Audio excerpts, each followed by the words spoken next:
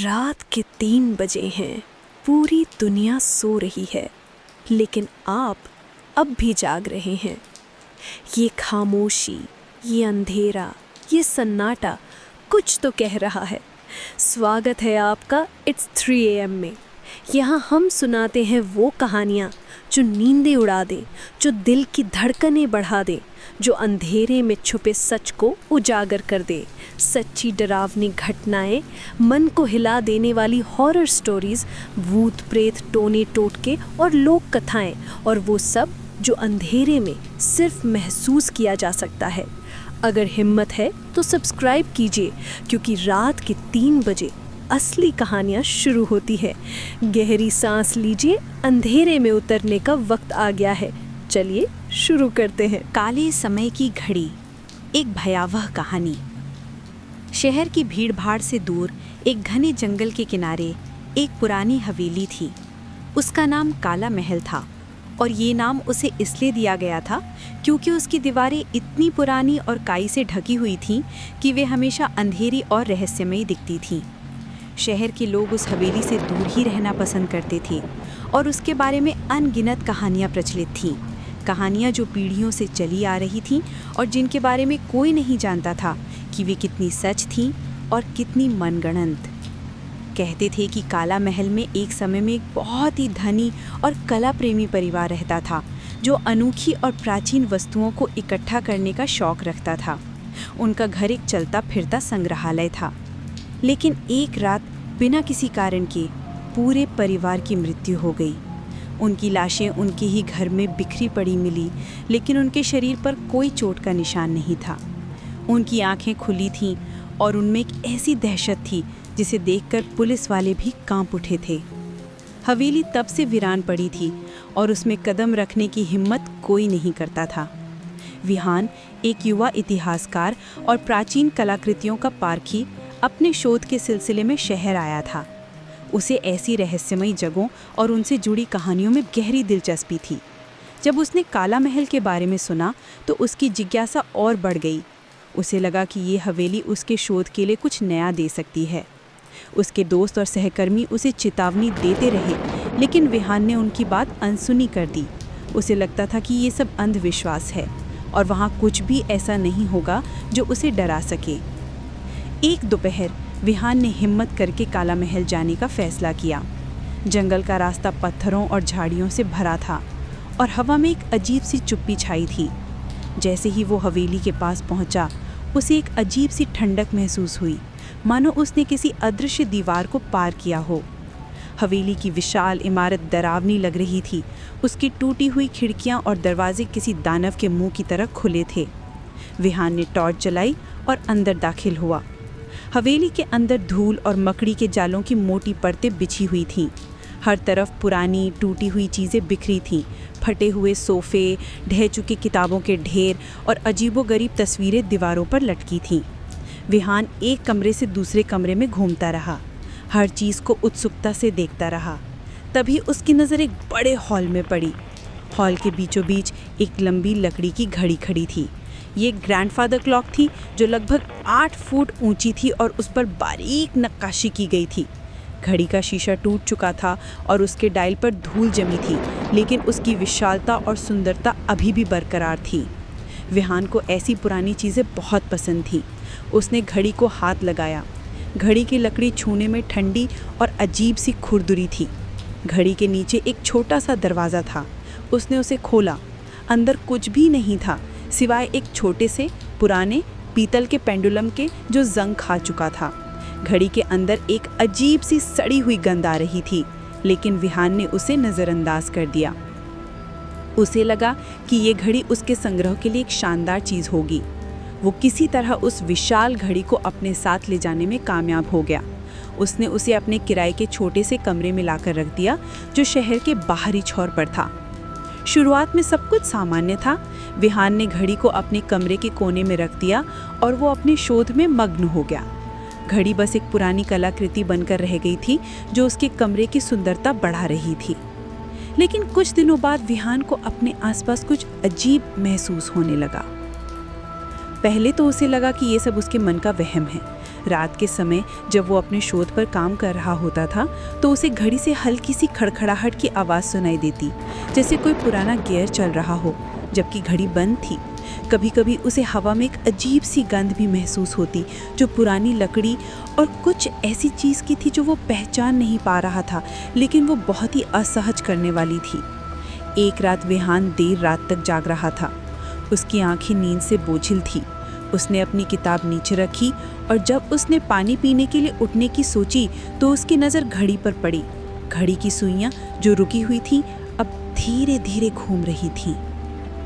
विहान का दिल जोर से धड़कने लगा। उसने अपनी आंखें मली और फिर देखा घड़ी जस की तस थी, सुइयां रुकी हुई थी।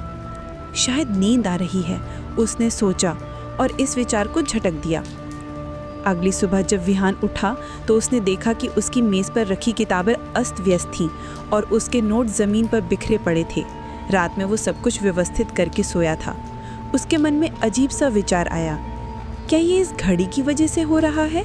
उसने तुरंत इस विचार को झटक दिया, पागल हो गया हूँ क्या? ये सब मेरे मन का वहम है। लेकिन घटनाएं बढ़ती गईं। रात में जब विहान सो रहा होता था तो उसे ऐसा लगता जैसे कोई उसके कमरे में घूम रहा है। उसे एक अजीब सी ठंडी हवा महसूस होती और कभी कभी उसे एक धीमी लयबद्ध टिक टिक की आवाज़ सुनाई देती, जैसे कोई विशाल घड़ी चल रही हो, जबकि घड़ी बंद थी। उसे सपने आने लगे, भयानक सपने, जिनमें वो काला महल में बंद था और घड़ी की विशाल सुइयां उसे धीरे धीरे कुचल रही थीं।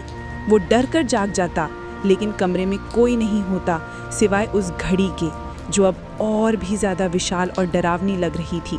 उसकी टूटी हुई सुइयां किसी नुकीले पंजे की तरह दिखती थीं। विहान की नींद हराम हो चुकी थी। उसके चेहरे पर थकान और डर साफ दिखाई देने लगा था। वो चिड़चिड़ा हो गया था और अब अकेले भी डरने लगा था। वो जानता था कि ये सब उस घड़ी के आने के बाद ही शुरू हुआ था। उसकी एकाग्रता भंग हो रही थी और वो अपने शोध पर ठीक से ध्यान नहीं दे पा रहा था। उसने तय किया कि वो उस घड़ी को बेच देगा। उसने कुछ एंटीक डीलरों से संपर्क किया, लेकिन जैसे ही उन्होंने घड़ी की तस्वीर देखी, वे अजीब तरह से शांत हो गए। किसी ने भी उसे खरीदने में दिलचस्पी नहीं दिखाई। एक पुराने डीलर ने कहा, ऐसी चीज़ें अपने साथ कुछ लेकर आती हैं बेटा, इन्हें छोड़ देना ही बेहतर है। विहान पूरी तरह से टूट गया।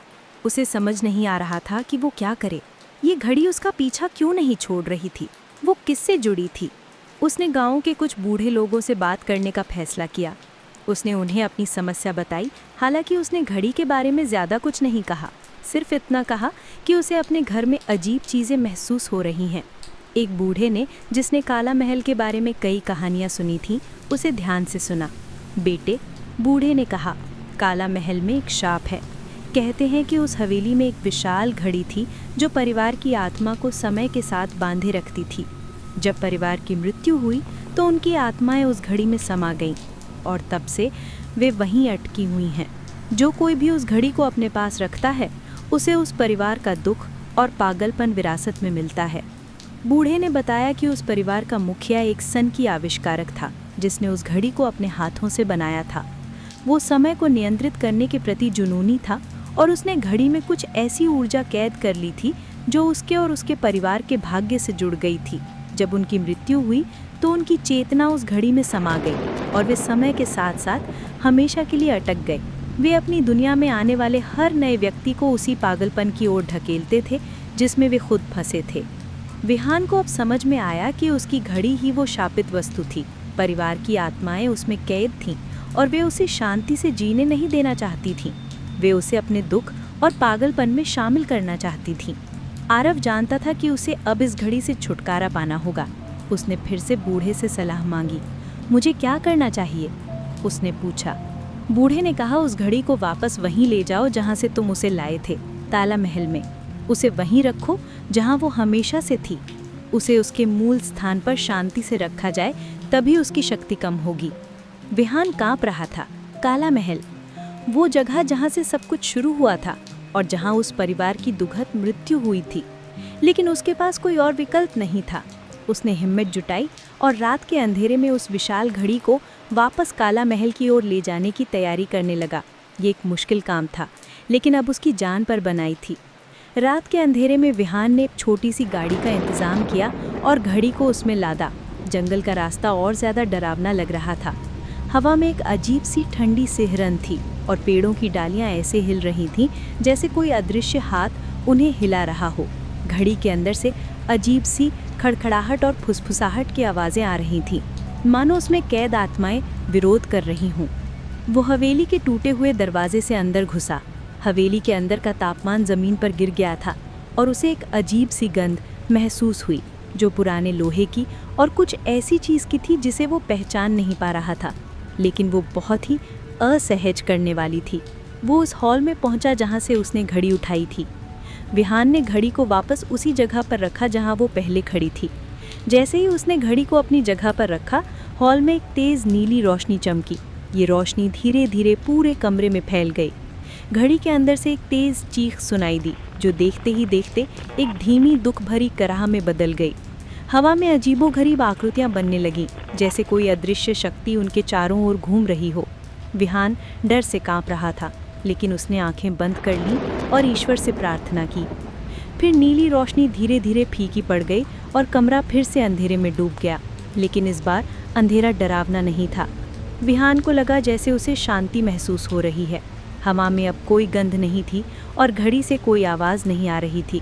उसे लगा कि उसने कुछ बड़ा कर दिया है, शायद उसने उन आत्माओं को शांति दे दी है। विहान हवेली से बाहर निकला। इस बार उसे कोई ठंडी हवा महसूस नहीं हुई, ना ही कोई अजीब गंध। हवेली शांत लग रही थी, मानो सालों से दबी हुई आत्मा को आखिरकार शांति मिल गई हो। विहान अपने घर लौट आया। अगले कुछ दिनों तक उसे अच्छी नींद आई और उसके घर में कोई अजीब आवाज़ नहीं आई। वो फिर से अपने शोध पर ध्यान देने लगा, लेकिन ये अनुभव उसे हमेशा याद रहेगा। उसने सीखा कि कुछ चीज़ें ऐसी होती हैं जो सिर्फ भौतिक नहीं होती, और कुछ कहानियाँ ऐसी होती हैं जो सिर्फ किताबों में नहीं बल्कि हमारी दुनिया में भी जीवित रहती हैं। शहर में धीरे धीरे सब कुछ सामान्य होने लगा। काला महल अभी भी वहीं खड़ी थी, लेकिन अब लोग उसके पास से गुजरने से ज़्यादा नहीं डरते थे। विहान ने उस हवेली और घड़ी के बारे में एक नई कहानी लिखी, जिसमें उसने परिवार के दुखद अंत और घड़ी से जुड़ी आत्माओं का वर्णन किया, लेकिन उसने किसी भूत प्रेत या तांत्रिक का सीधा जिक्र नहीं किया, सिर्फ एक प्राचीन वस्तु के गहरे प्रभाव और उसकी दुखद कहानी का। कहानी ने शहर के लोगों को एक नए तरह से सोचने पर मजबूर किया। वे अब काला महल को सिर्फ एक डरावनी जगह नहीं बल्कि एक दुखद कहानी का घर मानते थे। कुछ लोग अब वहां जाकर चुपचाप घंटों बैठते, जैसे उस पुरानी घड़ी की मौन कहानी सुनने की कोशिश कर रहे हों। विहान ने अपनी जिंदगी का सबसे बड़ा सबक सीखा। उसने समझा कि कभी कभी हमें चीज़ों को उनके मूल स्थान पर ही छोड़ देना चाहिए और कुछ कहानियों का सम्मान करके उन्हें वहीं रहने देना चाहिए जहां वे शुरू हुई थीं। उस घड़ी ने उसे डराया ज़रूर, लेकिन उसने उसे जीवन का एक गहरा सत्य भी सिखाया कि समय और भाग्य भले ही कितने भी पुराने हो जाएं, कभी कभी भौतिक सीमाओं को पार कर जाते हैं। एक दिन जब विहान अपनी बालकनी में बैठा था तो उसने देखा कि काला महल के ऊपर, जहां वो विशाल घड़ी खड़ी थी, एक हल्की सी सुनहरी रोशनी चमक रही थी। रोशनी कुछ देर तक चमकती रही, फिर धीरे धीरे आसमान में ओझल हो गई। विहान ने महसूस किया कि ये शायद उन आत्माओं का संकेत था कि वे अब शांत और मुक्त हैं, और उस दिन से विहान को पता था कि उस घड़ी की कहानियाँ पूरी हो चुकी थी और शहर में एक नई लेकिन दुखद शांति छा चुकी थी। काला महल अभी भी खड़ी थी, लेकिन अब वो सिर्फ एक भव्य और पुरानी इमारत थी जिसमें समय और भाग्य की एक दुखद कहानी कैद थी जिसे कोई कभी भूल नहीं पाएगा। एक ऐसी निशानी जो उन्हें हमेशा याद दिलाएगी कि कुछ चीज़ें ऐसी होती हैं जिन्हें कभी नहीं छूना चाहिए। ये थी आज की डरावनी कहानी इट्स 3 AM क्लॉक की ओर से। अगर इस अंधेरे में आपको भी कोई परछाई महसूस हुई हो तो समझ जाइए, ये तो बस शुरुआत है। ऐसी और भी खौफनाक और रहस्य से भरी कहानियों के लिए अभी के अभी सब्सक्राइब करें हमारा चैनल इट्स 3 AM क्लॉक। और हाँ, घंटी बजाना मत भूलिएगा, क्योंकि अगली बार जब घड़ी की सुई रात के 3 पर रुकेगी, हम फिर लौटेंगे एक नई सिहरन के साथ। हमें फॉलो करें और डर की इस दुनिया में हमारे साथी बने। फिर मिलेंगे अगली डरावनी रात में ठीक 3 AM पर।